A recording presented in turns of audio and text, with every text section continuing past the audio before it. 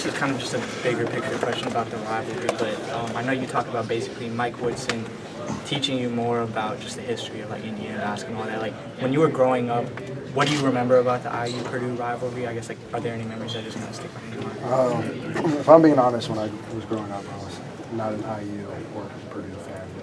So just learning the history throughout my 4 years, and really when Coach Woodson got the job, it was huge. And just thinking about this, and credit to Purdue because they had a great team and they played really well this year.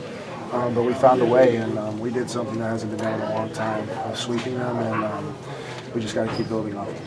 Trayce, You've what told about us all along that Jalen could do this. You guys have always said that. When he has a game like this tonight, just how for the other four of you out there, how do you take it all in? Absolutely, we feed off of him.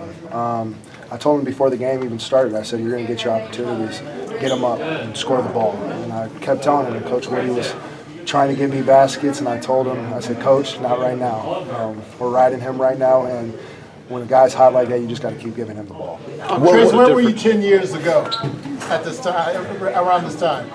10 years ago, what would I be, 13? I was probably, I don't know, I was probably at home, probably watching basketball, not thinking that I could compete at this level. That was definitely before my growth spurt. But it's crazy how life comes at you, and 10 years ago, I would never been able to think that I would be able to do this. Trayce, what is it about Fino that makes him capable of not just playing well, but this is 35 on the road in a rivalry game, number 5 team in the country. What makes him capable of this? It just shows his maturity. He plays the game at his own pace. He knows how to come off ball screens really well. He knows how to read. And tonight, he just did an excellent job. And credit to him because we really rode him. He's a freshman. But coming into a hostile environment like this, probably the loudest place we'll play at, and doing this, it just shows what kind of kid he is and just how good he really is. How much have you improved as a passer, and how big of a role was your vision in the early part of the second half when you guys went on a big run there? Oh yeah, they threw the double team at me, so I try to get my teammates involved, especially when I wasn't scoring that much, and so I'm just trying to impact the games at different levels. I told Race that if they come from the big, to crack down on the guard that's going to be guarding him, and I think he got 2 baskets from that. Or telling Miller to not hide in the corner and come up a little bit so I can hit that swing pass for him. So. Trayce, where does this victory rank? And I think you're 10 years here at Indiana. This victory probably is the best victory that we've had. Just playing a complete 40 minutes, never getting wavered, got down early, then fought back, and then got down and we're down in the second half, and then we just kept fighting and chugging along, and then we just kept building the lead, and then we just rode it out. Your thoughts on Trey Galloway? 13-5, no turnovers, plays 38 minutes, defends Braden well. He played an excellent game.